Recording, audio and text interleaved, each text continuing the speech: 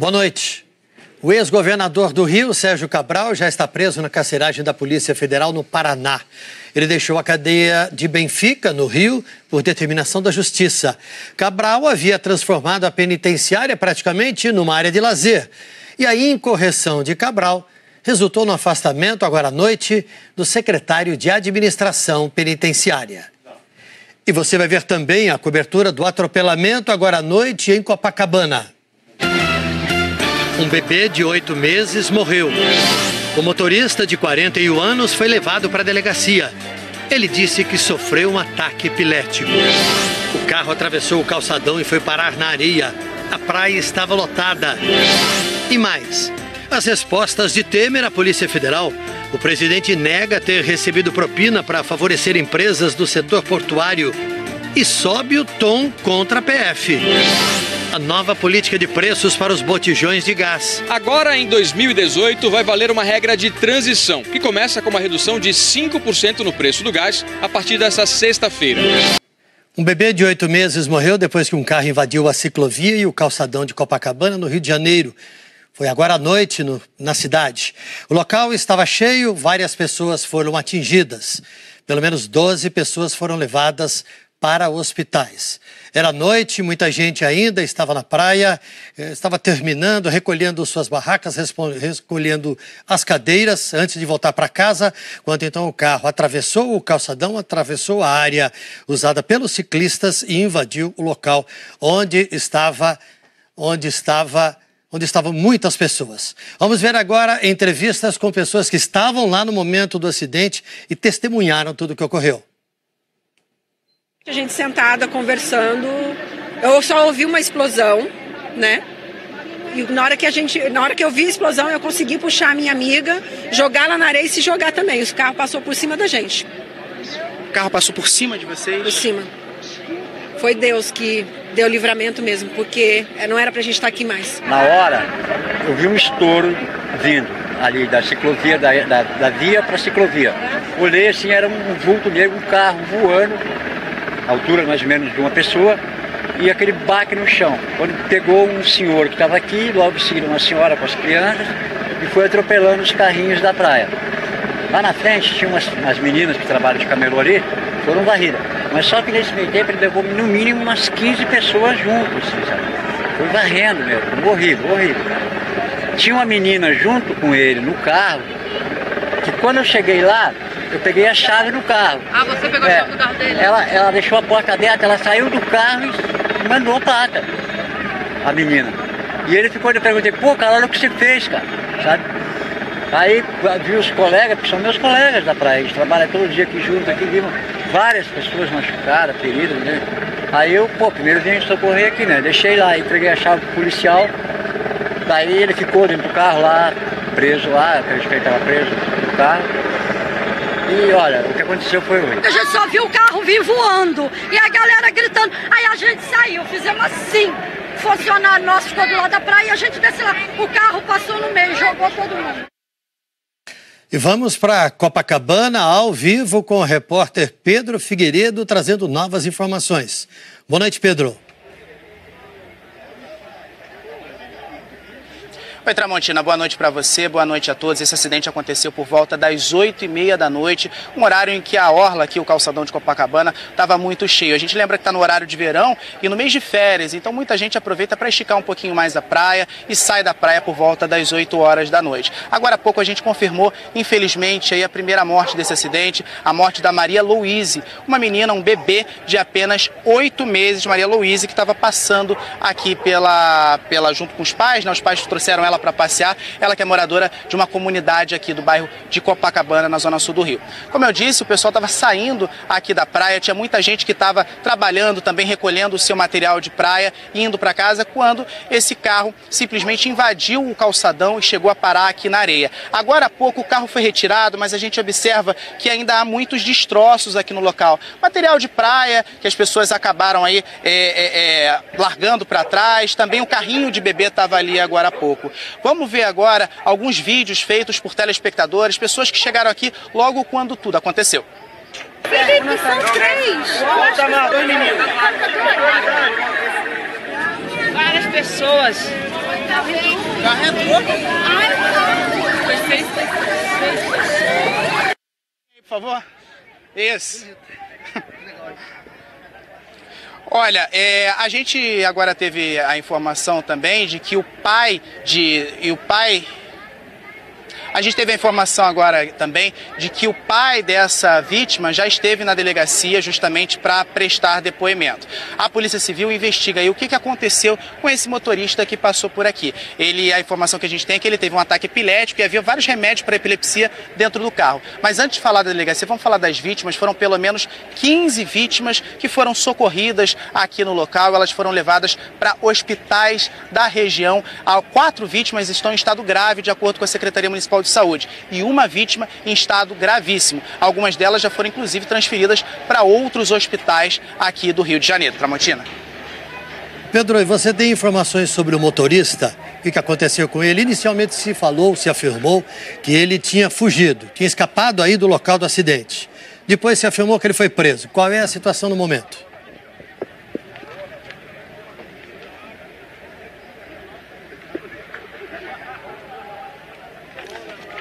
Bom, o Pedro está com algum problema? Tramontina, olha, eu infelizmente tive um problema aqui na comunicação, não consegui te escutar, mas eu sei que você deve ter me perguntado agora alguma informação relativa à questão da investigação, né? Os policiais civis estiveram aqui, os peritos estiveram aqui, fizeram toda uma perícia no carro e aí esses peritos encontraram, então, aí remédios para epilepsia dentro desse carro. A informação que a gente tem da Polícia Civil é que 2 pessoas estavam no carro nesse momento do acidente, além do motorista, que aí é suspeito, né, de ter esse problema de epilepsia. Havia uma outra mulher que também esteve na delegacia e confirmou essa informação de que, que ele tinha problemas de epilepsia. Mesmo assim, a Polícia Civil decidiu levá-lo ao Instituto Médico Legal para que ele pudesse fazer um exame aí de alcoolemia, né, para saber se ele tinha algum tipo de teor de alcoólico no organismo, se ele tinha bebido antes de dirigir.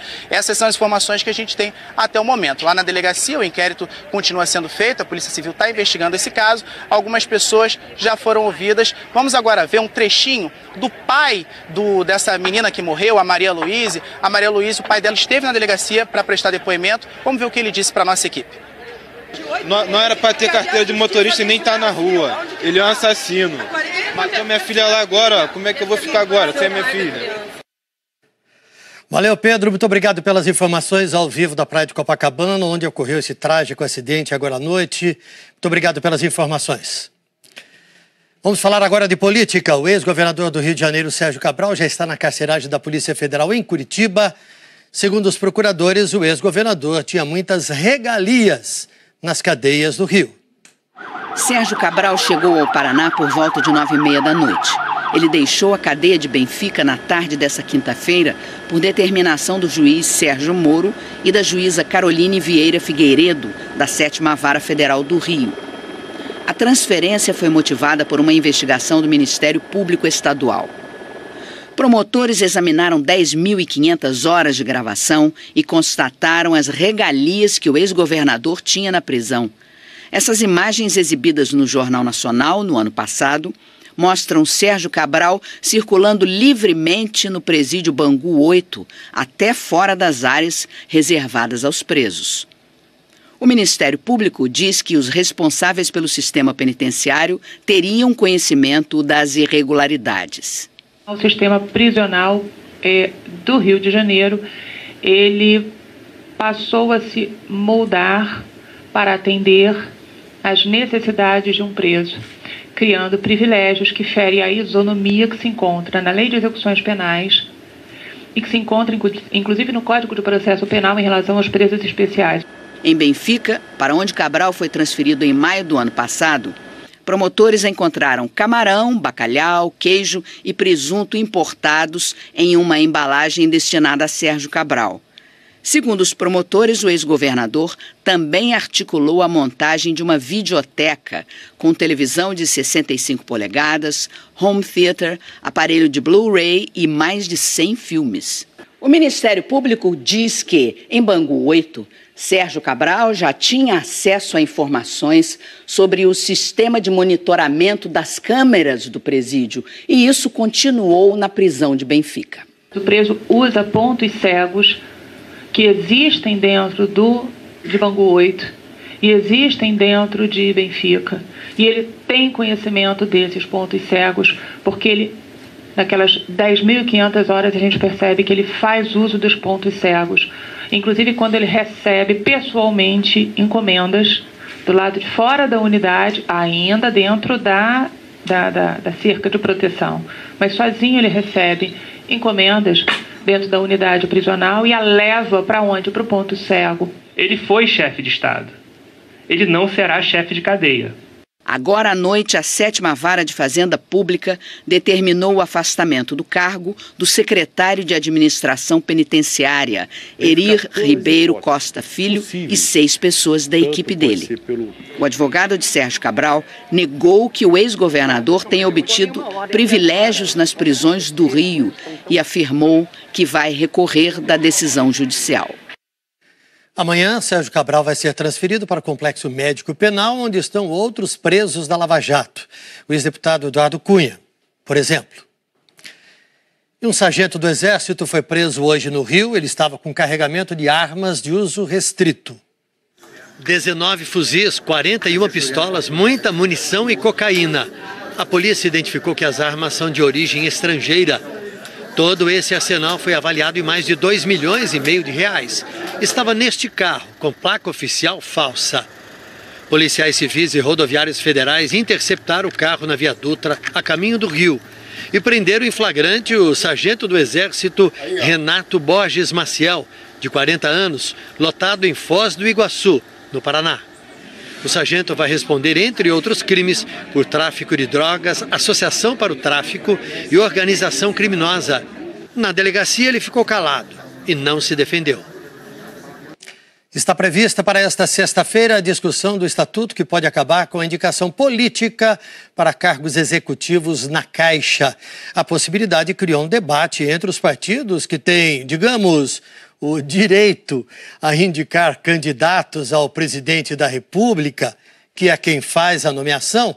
Vamos a Brasília ao vivo com o repórter Nilson Clava para conversar com ele, porque os partidos já disseram, Nilson, que não aceitam perder esses cargos. Boa noite.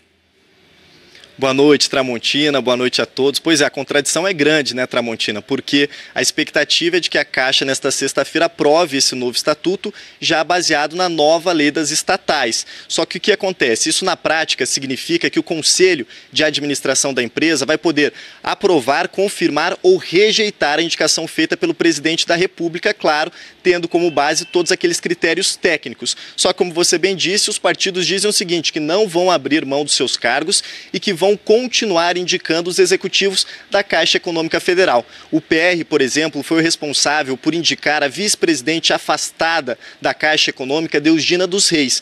Diz que vai esperar a finalização de toda essa investigação, mas a ideia, na verdade, é manter o nome dela como indicada. E aí eu perguntei ao líder do PR na Câmara dos Deputados, José Rocha, se não seria o caso de já levar em consideração os novos parâmetros desse Conselho de Administração. E ele disse o seguinte, Tramontina, que é simples, é só você pegar um nome técnico e indicar como o nome do partido. Vamos ver. Vamos aguardar o resultado das apurações que estão em curso e aí o PR manterá ela, caso ela seja isenta, né, e acredito que ela vai ser isenta. E nós aí deveremos manter a indicação dela como vice-presidente. Bom, isso tudo acontece em meio ao afastamento de 4 executivos da Caixa, né? E para evitar mais polêmicas, o governo já começa a rever uma medida bem criticada, inclusive pela própria equipe econômica, a que permitiu o uso do dinheiro do Fundo de Garantia em novos empréstimos para a Caixa. Pois é, Tramontina, as divergências são muito grandes nesse caso específico entre as equipes econômica e política do governo, porque o presidente Michel Temer, na primeira semana deste ano, sancionou um empréstimo já aprovado pelo Congresso Nacional de 15 bilhões de reais do Fundo de Garantia para a Caixa Econômica Federal, operação nunca apoiada pelo Ministério da Fazenda. Só que a Caixa Federal alega que esse empréstimo ele ampliaria as possibilidades de financiamento de algumas obras ali habitacionais, de infraestrutura, de também saneamento, sem desrespeitar as novas regras internacionais para os bancos. O Ministério da Fazenda discorda e ainda faz um alerta nos bastidores do perigo de usar politicamente bancos públicos ainda mais num ano eleitoral. O ministro da Fazenda, Henrique Meirelles, disse ainda que a equipe econômica já estuda novas alternativas para capitalizar a Caixa, mas sem usar o dinheiro dos trabalhadores.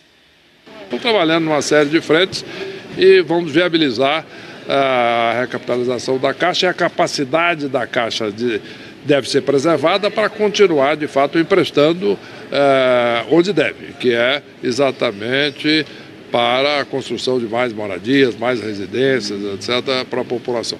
Em função disso, acredito que está indo bem e talvez não seja necessário entrarmos nessa discussão do FGTS. Agora, Tramontina, tanto a equipe econômica quanto os políticos estão preocupados, estão na expectativa, na verdade, de uma decisão do Tribunal de Contas da União que pode validar ou não toda essa operação. Ainda não tem data, porque depende do ministro relator Benjamin Zimler. Mas o representante do Ministério Público no Tribunal de Contas da União, que é o Júlio Marcelo, já se posicionou contra essa operação. Obrigado, boa noite, Nilson. E o presidente Michel Temer negou que recebeu propina ou vantagens indevidas em todas as 50 respostas que deu ao questionário da Polícia Federal nesta quinta-feira. As perguntas fazem parte do inquérito sobre o decreto que supostamente favoreceu empresas do setor de portos. Foi no Supremo Tribunal Federal que as respostas do presidente Michel Temer foram protocoladas nesta quinta-feira. O interrogatório é uma das últimas diligências do inquérito que investiga se no decreto assinado por Michel Temer em maio do ano passado houve inclusão de dispositivos para beneficiar a empresa Rodrimar, que atua no Porto de Santos, e se o presidente recebeu algum benefício em troca, como doação de campanha, formal ou por Caixa 2. O decreto aumentou o prazo dos contratos de concessão de áreas portuárias de 25 anos para 35 anos, podendo ser prorrogado por até 70 anos, beneficiando as atuais empresas concessionárias. O presidente deu respostas curtas a todas as 50 perguntas. Em uma delas, o delegado Kleiber Malta Lopes perguntou se o presidente tem conhecimento de uso de recursos não contabilizados, conhecidos como Caixa 2 eleitoral, em suas campanhas. Michel Temer respondeu: "Nunca me utilizei de recursos não contabilizados em minhas campanhas. Todos os valores recebidos em razão das minhas disputas eleitorais foram devidamente escriturados e informados à Receita Federal e à Justiça Eleitoral."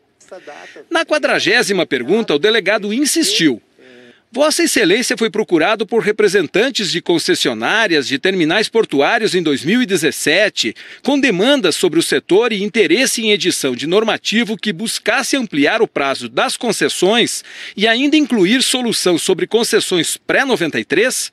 O presidente respondeu: "Não fui procurado por empresários do setor portuário sobre a edição de normativo que buscasse ampliar os prazos das concessões de terminais portuários. A matéria estava no âmbito do Ministério dos Transportes e da comissão constituída para tal fim."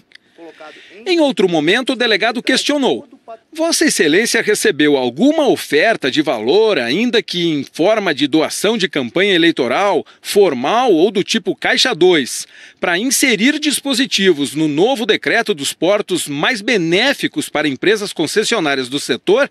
Se sim, explicitar as circunstâncias e quais providências tomou." Temer afirmou: "Não recebi nenhuma oferta de valor para inserir dispositivos mais benéficos no decreto dos portos, ainda que em forma de doação de campanha eleitoral. Em tal hipótese, minha reação seria de enérgica repulsa, seguida da adoção das medidas cabíveis."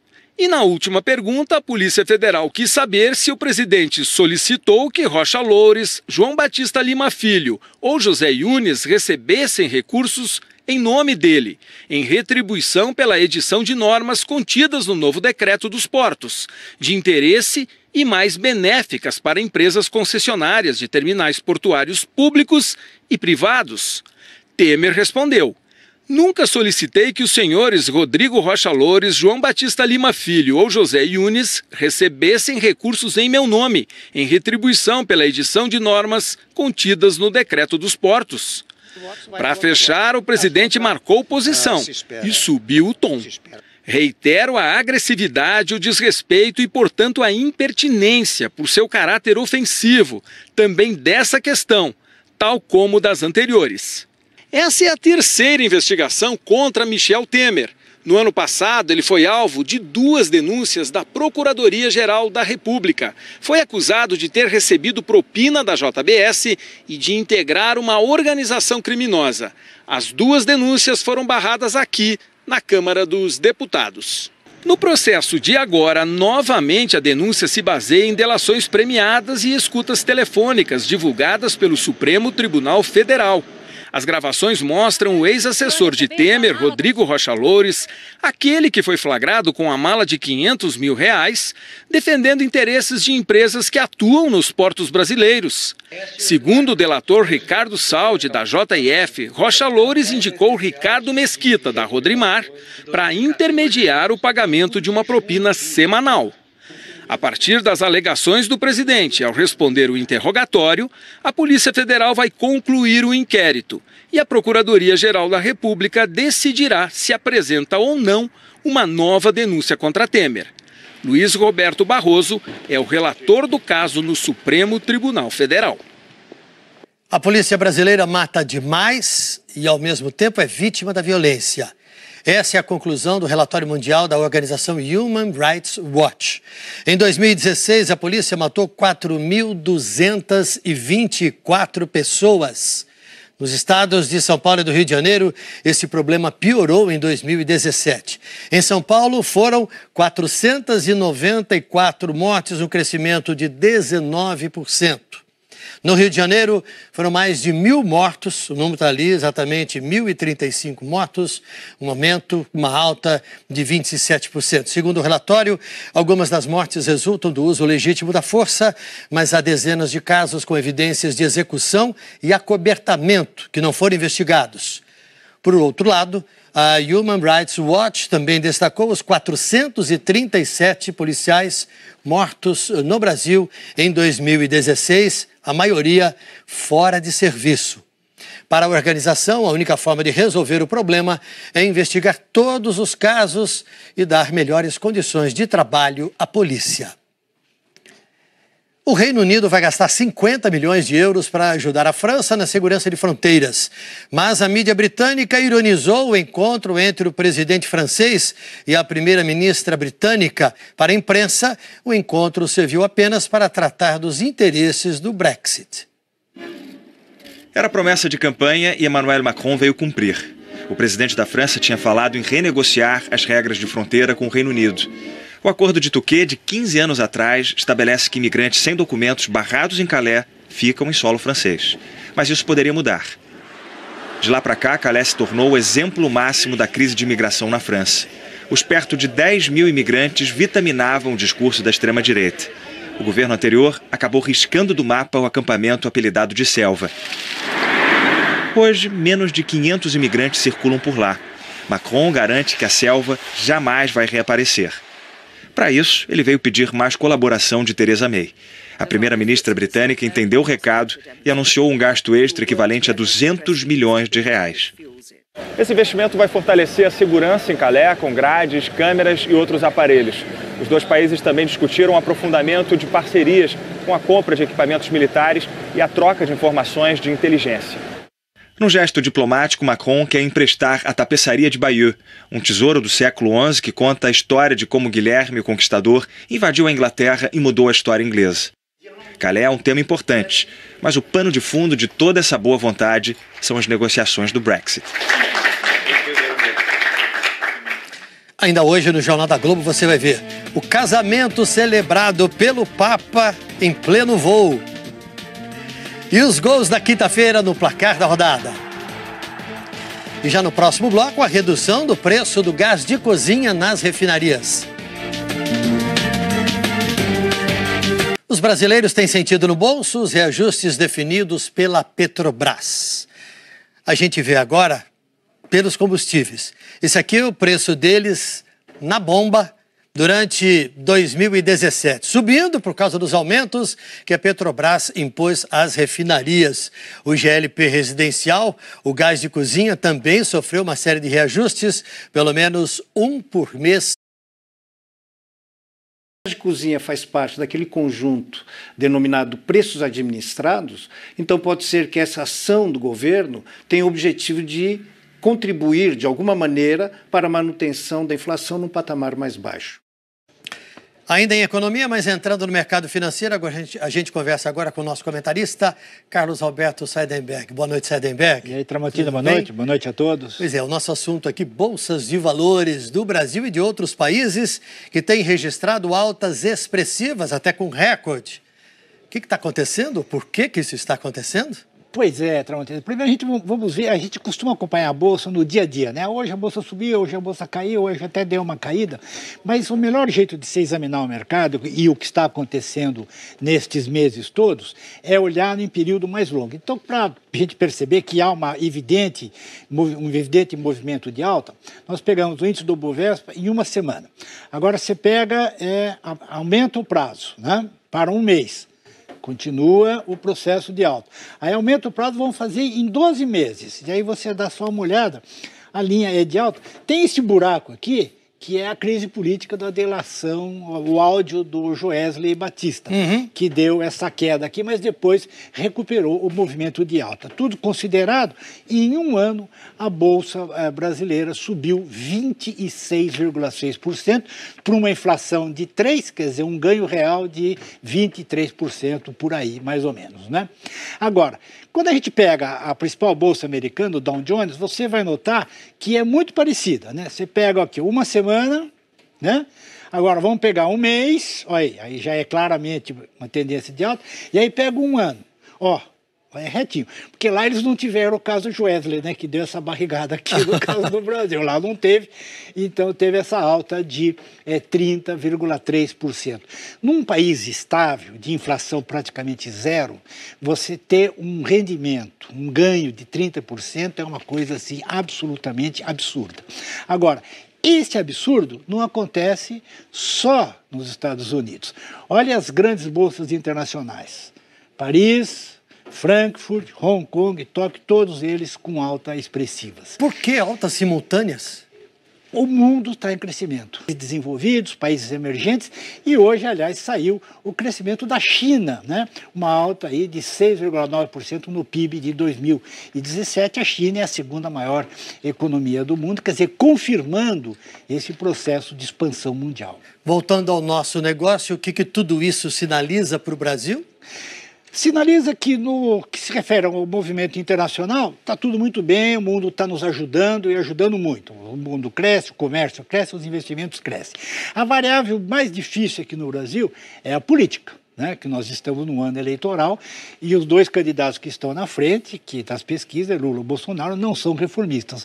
Mas o mercado, os meios econômicos, acha que esses dois candidatos não vão prosperar até o fim da campanha por um motivo ou por outro e que vai acabar se elegendo um candidato reformista. Agora, de todo modo, na medida em que se apuraram, não são reformistas.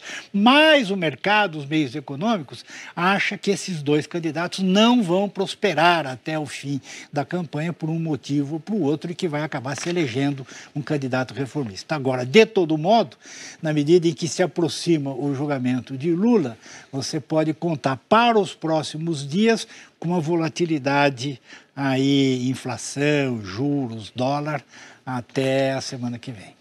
Obrigado, Seidenberg. Até mais. Até mais. Daqui a pouco você vai ver que o Papa volta a defender os imigrantes. E a gente volta a falar sobre o atropelamento na praia de Copacabana, no Rio. Uma criança de 8 meses morreu e há 16 feridos. Repórter Pedro Figueiredo traz novas informações ao vivo. Pedro. Oi, Tramontina. O motorista foi identificado como Antônio de Almeida Anaquim, de 41 anos. Ele já voltou para a delegacia, porque agora há pouco ele esteve no Instituto Médico Legal para fazer um exame para saber se ele estava embriagado ou não enquanto dirigia. O resultado desse exame ainda não saiu. O número de feridos subiu para 17, além do bebê, da bebê Maria Luísa, que a gente contou agora há pouco, que acabou morrendo nessa tragédia. São 16 feridos, entre eles um australiano de 68 anos, que está internado em estado gravíssimo, respirando com a ajuda de aparelhos, e uma menina de 7 anos e os 2 irmãos dela que também estavam passando aqui pelo calçadão quando o motorista invadiu a calçada. Tramontina. Obrigado, Pedro. Este ano, mais de 140 milhões de eleitores voltam às urnas para escolher o novo presidente do Brasil. E nós queremos ouvir o que os brasileiros de cada cidade do país esperam para o futuro. Grave o seu vídeo e mande para nós. O repórter Amorim Neto foi até Marechal Deodoro, em Alagoas, para mostrar o que você deve fazer para que seu vídeo seja o melhor e represente a sua cidade. Eu estou aqui no portal da cidade de Marechal Deodoro, em Alagoas.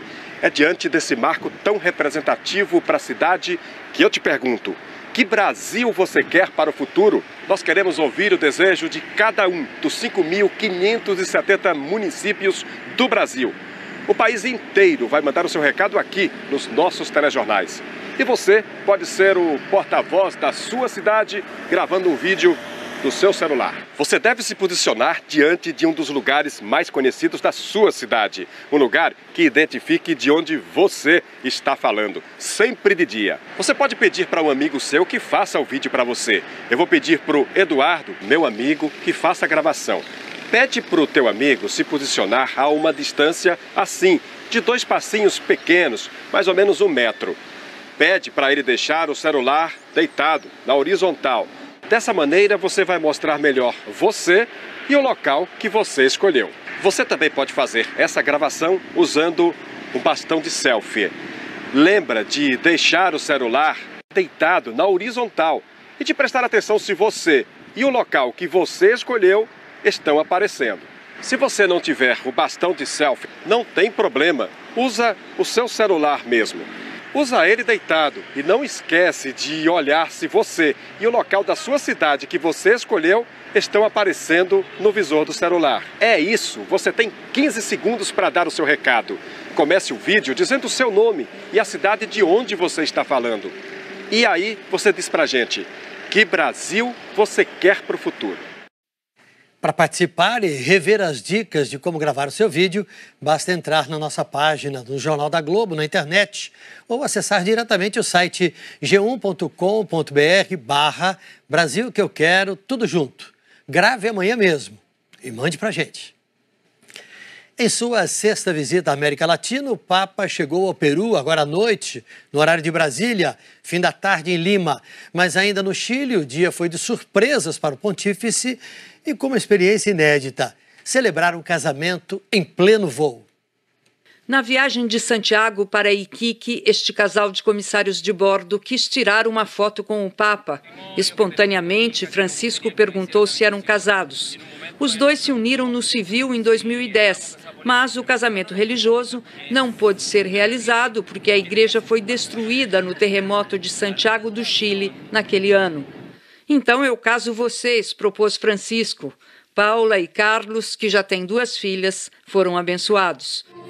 2 horas depois, numa praia de Iquique, a missa papal foi rezada para dezenas de milhares de pessoas, entre elas representantes de várias nações indígenas. Na homilia, um discurso em favor dos imigrantes, numa terra que recebe muitos estrangeiros em busca de trabalho.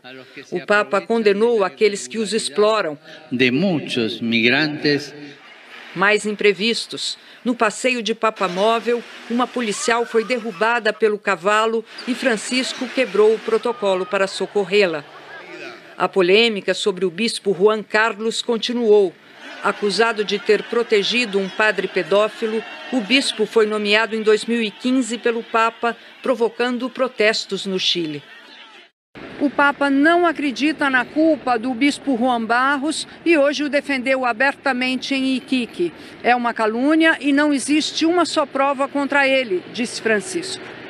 Depois, a despedida do Chile e a chegada a Lima, no Peru. Também ali, casos de pedofilia e corrupção causaram constrangimento ao pontífice. Hoje, em Arequipa, a porta de uma igreja foi incendiada. O mar é tempestuoso e o chefe da igreja luta para endireitar a barca de Pedro. O Jornal da Globo fica por aqui. Para rever as nossas reportagens, basta ir ao Globoplay. Outras notícias no Hora 1. Assista agora a série Supergirl. Boa noite. Até amanhã. No relatório, algumas das mortes resultam do uso legítimo da força, mas há dezenas de casos com evidências de execução e acobertamento que não foram investigados. Por outro lado, a Human Rights Watch também destacou os 437 policiais mortos no Brasil em 2016, a maioria fora de serviço. Para a organização, a única forma de resolver o problema é investigar todos os casos e dar melhores condições de trabalho à polícia. O Reino Unido vai gastar 50 milhões de euros para ajudar a França na segurança de fronteiras. Mas a mídia britânica ironizou o encontro entre o presidente francês e a primeira-ministra britânica. Para a imprensa, o encontro serviu apenas para tratar dos interesses do Brexit.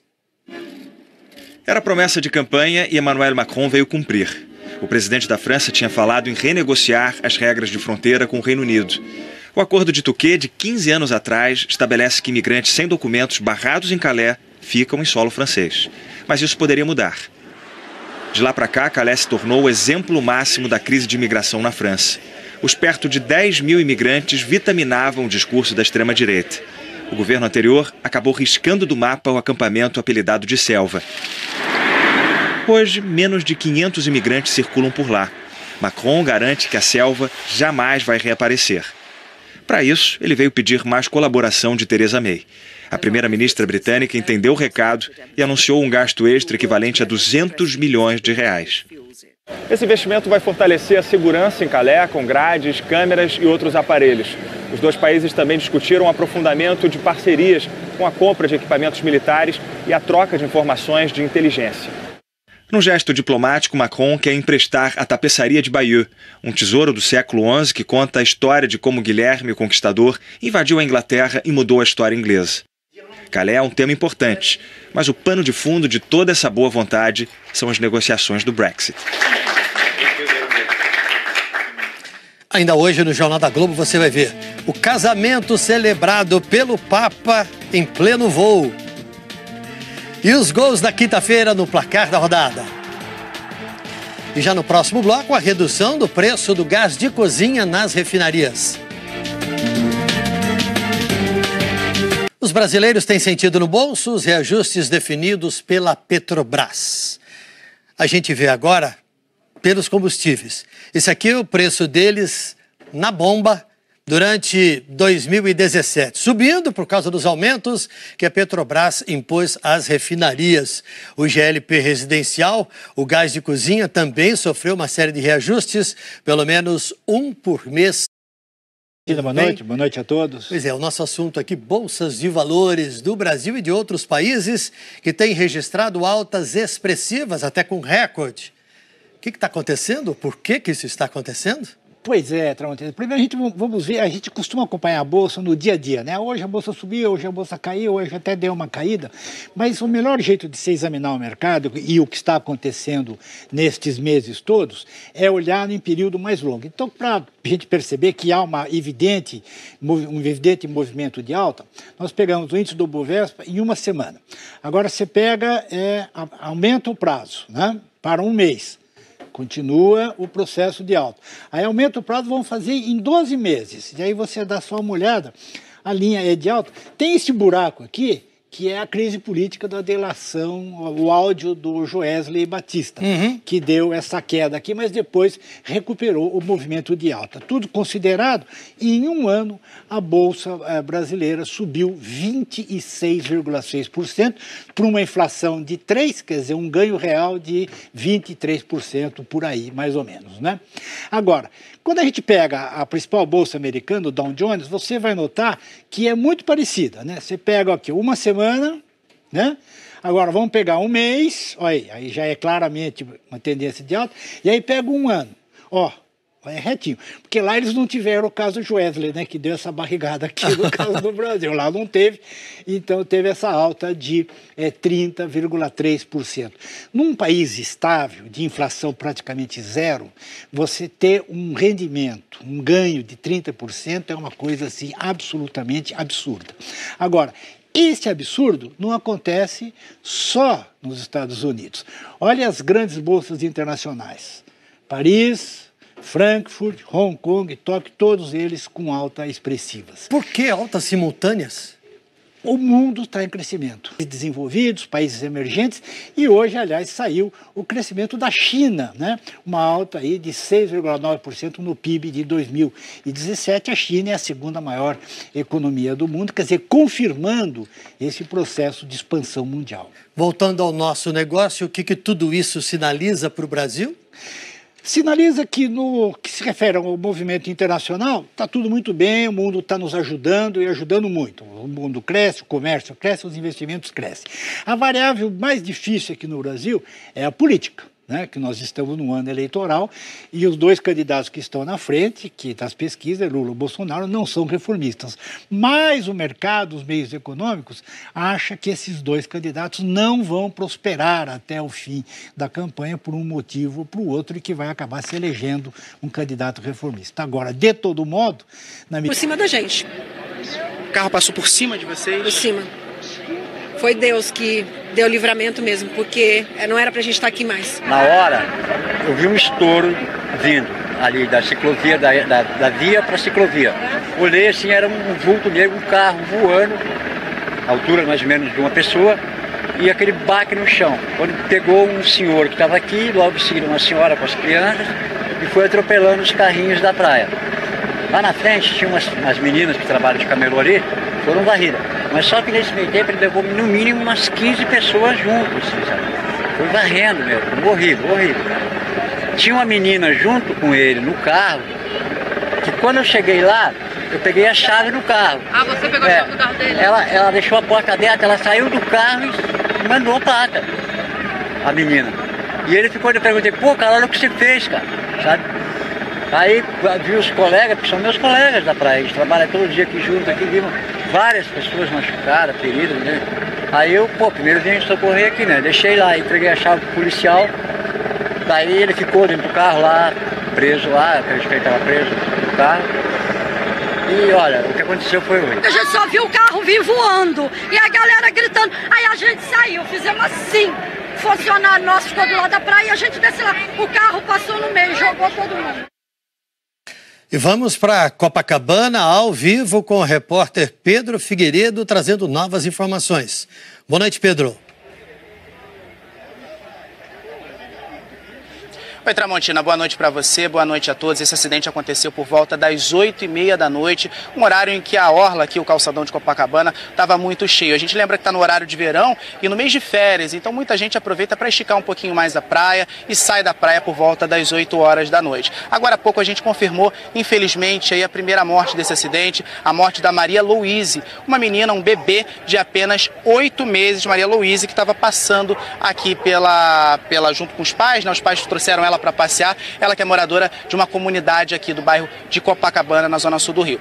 Como eu disse, o pessoal estava saindo aqui da praia, tinha muita gente que estava trabalhando, também recolhendo o seu material de praia, indo para casa, quando esse carro simplesmente invadiu o calçadão e chegou a parar aqui na areia. Agora há pouco o carro foi retirado, mas a gente observa que ainda há muitos destroços aqui no local. Material de praia que as pessoas acabaram aí largando para trás, também o carrinho de bebê estava ali agora há pouco. Vamos ver agora alguns vídeos feitos por telespectadores, pessoas que chegaram aqui logo quando tudo aconteceu. Felipe, são 3. Volta, dois meninos. Várias pessoas. Carro entrou. Foi 6 pessoas. Áreas de terminais portuários em 2017, com demandas sobre o setor e interesse em edição de normativo que buscasse ampliar o prazo das concessões e ainda incluir solução sobre concessões pré-93, o presidente respondeu: Não fui procurado por empresários do setor portuário sobre a edição de normativo que buscasse ampliar os prazos das concessões de terminais portuários. A matéria estava no âmbito do Ministério dos Transportes e da comissão constituída para tal fim. Em outro momento, o delegado questionou: Vossa Excelência recebeu alguma oferta de valor, ainda que em forma de doação de campanha eleitoral, formal ou do tipo Caixa 2, para inserir dispositivos no novo decreto dos portos mais benéficos para empresas concessionárias do setor? Se sim, explicitar as circunstâncias e quais providências tomou. Temer afirmou: Não recebi nenhuma oferta de valor para inserir dispositivos mais benéficos no decreto dos portos, ainda que em forma de doação de campanha eleitoral. Em tal hipótese, minha reação seria de enérgica repulsa, seguida da adoção das medidas cabíveis. E na última pergunta, a Polícia Federal quis saber se o presidente solicitou que Rocha Loures, João Batista Lima Filho ou José Yunes recebessem recursos em nome dele, em retribuição pela edição de normas contidas no novo decreto dos portos, de interesse e mais benéficas para empresas concessionárias de terminais portuários públicos e privados. Temer respondeu: Nunca solicitei que os senhores Rodrigo Rocha Loures, João Batista Lima Filho ou José Yunes recebessem recursos em meu nome, em retribuição pela edição de normas contidas no decreto dos portos. Para fechar, o presidente marcou posição e subiu o tom. Reitero a agressividade, o desrespeito e, portanto, a impertinência por seu caráter ofensivo, também dessa questão, tal como das anteriores. Essa é a terceira investigação contra Michel Temer. No ano passado, ele foi alvo de 2 denúncias da Procuradoria-Geral da República. Foi acusado de ter recebido propina da JBS e de integrar uma organização criminosa. As 2 denúncias foram barradas aqui, na Câmara dos Deputados. No processo de agora, novamente a denúncia se baseia em delações premiadas e escutas telefônicas divulgadas pelo Supremo Tribunal Federal. As gravações mostram o ex-assessor de Temer, Rodrigo Rocha Loures, aquele que foi flagrado com a mala de R$500 mil, defendendo interesses de empresas que atuam nos portos brasileiros. Segundo o delator Ricardo Saldi, da JF, Rocha Loures indicou Ricardo Mesquita, da Rodrimar, para intermediar o pagamento de de valores do Brasil e de outros países que têm registrado altas expressivas, até com recorde. O que está acontecendo? Por que isso está acontecendo? Pois é, Tramontina. Primeiro vamos ver, a gente costuma acompanhar a Bolsa no dia a dia, né? Hoje a Bolsa subiu, hoje a Bolsa caiu, hoje até deu uma caída, mas o melhor jeito de se examinar o mercado e o que está acontecendo nestes meses todos é olhar em período mais longo. Então, para a gente perceber que há um evidente movimento de alta, nós pegamos o índice do Bovespa em uma semana. Agora você pega, aumenta o prazo, né? Para um mês. Continua o processo de alta. Aí aumenta o prazo, vão fazer em 12 meses. E aí você dá só uma olhada, a linha é de alta. Tem esse buraco aqui, que é a crise política da delação, o áudio do Joesley Batista, que deu essa queda aqui, mas depois recuperou o movimento de alta. Tudo considerado, em um ano, a Bolsa brasileira subiu 26,6% para uma inflação de 3%, quer dizer, um ganho real de 23% por aí, mais ou menos, né? Agora, quando a gente pega a principal bolsa americana, o Dow Jones, você vai notar que é muito parecida, né? Você pega aqui uma semana, né? Agora vamos pegar um mês, olha aí já é claramente uma tendência de alta, e aí pega um ano, ó, é retinho, porque lá eles não tiveram o caso Joesley, né, que deu essa barrigada aqui no caso do Brasil, lá não teve, então teve essa alta de 30,3%. Num país estável, de inflação praticamente zero, você ter um rendimento, um ganho de 30% é uma coisa assim absolutamente absurda. Agora, esse absurdo não acontece só nos Estados Unidos. Olha as grandes bolsas internacionais, Paris, Frankfurt, Hong Kong, Tóquio, todos eles com alta expressivas. Por que altas simultâneas? O mundo está em crescimento. Desenvolvidos, países emergentes, e hoje, aliás, saiu o crescimento da China, né? Uma alta aí de 6,9% no PIB de 2017. A China é a segunda maior economia do mundo, quer dizer, confirmando esse processo de expansão mundial. Voltando ao nosso negócio, o que tudo isso sinaliza para o Brasil? Sinaliza que, no que se refere ao movimento internacional, está tudo muito bem, o mundo está nos ajudando e ajudando muito. O mundo cresce, o comércio cresce, os investimentos crescem.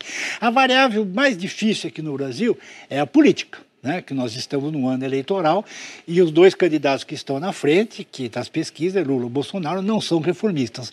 Mas o mercado, os meios econômicos, acha que esses dois candidatos não vão prosperar até o fim da campanha por um motivo ou por outro e que vai acabar se elegendo um candidato reformista. Agora, de todo modo, na medida em que se apuraram, não são reformistas. Mas circunstâncias e quais providências tomou? Temer afirmou: não recebi nenhuma oferta de valor para inserir dispositivos mais benéficos no decreto dos portos, ainda que em forma de doação de campanha eleitoral. Em tal hipótese, minha reação seria de enérgica repulsa, seguida da adoção das medidas cabíveis. E na última pergunta, a Polícia Federal quis saber se o presidente solicitou que Rocha Loures, João Batista Lima Filho ou José Yunes recebessem recursos em nome dele, em retribuição pela edição de normas contidas no novo decreto dos portos, de interesse e mais benéficas para empresas concessionárias de terminais portuários públicos e privados. Temer respondeu: nunca solicitei que os senhores Rodrigo Rocha Loures, João Batista Lima Filho ou José Yunes recebessem recursos em meu nome, em retribuição pela edição de normas contidas no decreto dos portos. Para fechar, o presidente marcou posição e subiu o tom. Reitero a agressividade, o desrespeito e, portanto, a impertinência por seu caráter ofensivo, também dessa questão, tal como das anteriores. Essa é a terceira investigação contra Michel Temer.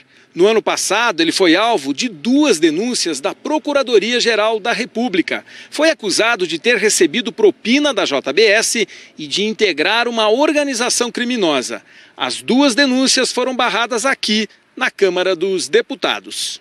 No processo de agora, novamente a denúncia se baseia em delações premiadas e escutas telefônicas divulgadas pelo Supremo Tribunal Federal.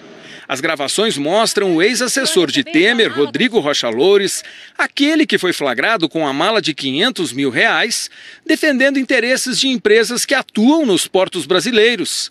Segundo o delator Ricardo Saldi, da JF, Rocha Loures indicou Ricardo Mesquita, da Rodrimar, para intermediar o pagamento de uma propina semanal. A partir das alegações do presidente ao responder o interrogatório, a Polícia Federal vai concluir o inquérito e a Procuradoria-Geral da República decidirá se apresenta ou não uma nova denúncia contra Temer. Luiz Roberto Barroso é o relator do caso no Supremo Tribunal Federal. A polícia brasileira mata demais e, ao mesmo tempo, é vítima da violência. Essa é a conclusão do relatório mundial da organização Human Rights Watch. Em 2016, a polícia matou 4.224 pessoas. Nos estados de São Paulo e do Rio de Janeiro, esse problema piorou em 2017. Em São Paulo, foram 494 mortes, um crescimento de 19%. No Rio de Janeiro, foram mais de 1.000 mortos, o número está ali. Por favor. Esse. Olha, a gente agora teve a informação também de que a gente teve a informação agora também de que o pai dessa vítima já esteve na delegacia justamente para prestar depoimento. A Polícia Civil investiga aí o que aconteceu com esse motorista que passou por aqui. A informação que a gente tem é que ele teve um ataque epilético e havia vários remédios para epilepsia dentro do carro. Mas antes de falar da delegacia, vamos falar das vítimas. Foram pelo menos 15 vítimas que foram socorridas aqui no local. Elas foram levadas para hospitais da região. 4 vítimas estão em estado grave, de acordo com a Secretaria Municipal de Saúde, e uma vítima em estado gravíssimo. Algumas delas já foram inclusive transferidas para outros hospitais aqui do Rio de Janeiro. Tramontina. Pedro, e você tem informações sobre o motorista o que aconteceu com ele. Inicialmente se afirmou que ele tinha fugido, tinha escapado aí do local do acidente. Depois se afirmou que ele foi preso. Qual é a situação no momento?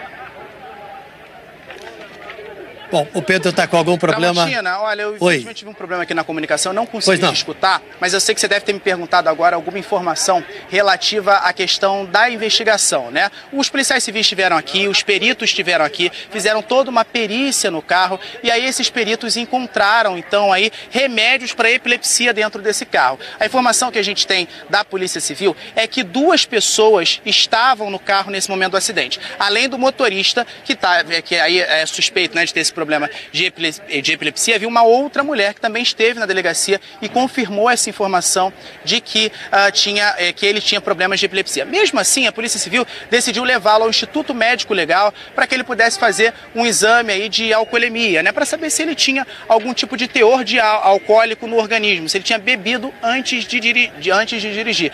Essas são as informações que a gente tem até o momento. Lá na delegacia, o inquérito continua sendo feito, a Polícia Civil está investigando esse caso, algumas pessoas já foram ouvidas. Vamos agora ver um trechinho do pai dessa menina que morreu, a Maria Luíse. A Maria Luíse, o pai dela esteve na delegacia para prestar depoimento. Vamos ver o que ele disse para a nossa equipe.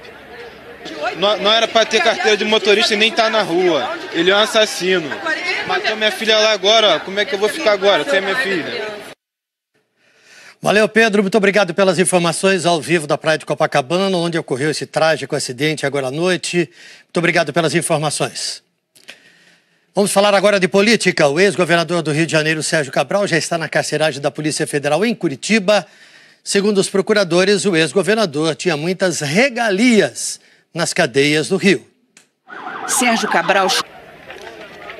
Bom, o Pedro está com algum problema? Tramontina, olha, eu infelizmente tive um problema aqui na comunicação, não consegui te escutar, mas eu sei que você deve ter me perguntado agora alguma informação relativa à questão da investigação, né? Os policiais civis estiveram aqui, os peritos estiveram aqui, fizeram toda uma perícia no carro e aí esses peritos encontraram, então, aí remédios para epilepsia dentro desse carro. A informação que a gente tem da Polícia Civil é que 2 pessoas estavam no carro nesse momento do acidente, além do motorista, que aí é suspeito, né, de ter esse problema de epilepsia. Havia uma outra mulher que também esteve na delegacia e confirmou essa informação de que, que ele tinha problemas de epilepsia. Mesmo assim, a Polícia Civil decidiu levá-lo ao Instituto Médico Legal para que ele pudesse fazer um exame aí de alcoolemia, né, para saber se ele tinha algum tipo de teor de alcoólico no organismo, se ele tinha bebido antes de dirigir. Essas são as informações que a gente tem até o momento. Lá na delegacia, o inquérito continua sendo feito, a Polícia Civil está investigando esse caso, algumas pessoas já foram ouvidas. Vamos agora ver um trechinho do pai dessa menina que morreu, a Maria Luíse. A Maria Luíse, o pai dela esteve na delegacia para prestar depoimento. Vamos ver o que ele disse para a nossa equipe. Não era para ter carteira de motorista e nem estar na rua. Ele é um assassino. Matou minha filha lá agora, como é que eu vou ficar agora sem minha filha? Valeu, Pedro. Muito obrigado pelas informações ao vivo da Praia de Copacabana, onde ocorreu esse trágico acidente agora à noite. Muito obrigado pelas informações. Vamos falar agora de política. O ex-governador do Rio de Janeiro, Sérgio Cabral, já está na carceragem da Polícia Federal em Curitiba. Segundo os procuradores, o ex-governador tinha muitas regalias nas cadeias do Rio. Sérgio Cabral chegou ao Paraná por volta de 9h30 da noite. Ele deixou a cadeia de Benfica na tarde dessa quinta-feira por determinação do juiz Sérgio Moro e da juíza Caroline Vieira Figueiredo, da 7ª Vara Federal do Rio. A transferência foi motivada por uma investigação do Ministério Público Estadual. Promotores examinaram 10.500 horas de gravação e constataram as regalias que o ex-governador tinha na prisão. Essas imagens exibidas no Jornal Nacional no ano passado mostram Sérgio Cabral circulando livremente no presídio Bangu 8, até fora das áreas reservadas aos presos. O Ministério Público diz que os responsáveis pelo sistema penitenciário teriam conhecimento das irregularidades. O sistema prisional do Rio de Janeiro, ele passou a se moldar para atender às necessidades de um preso, criando privilégios que ferem a isonomia que se encontra na Lei de Execuções Penais e que se encontra, inclusive, no Código de Processo Penal em relação aos presos especiais. Em Benfica, para onde Cabral foi transferido em maio do ano passado,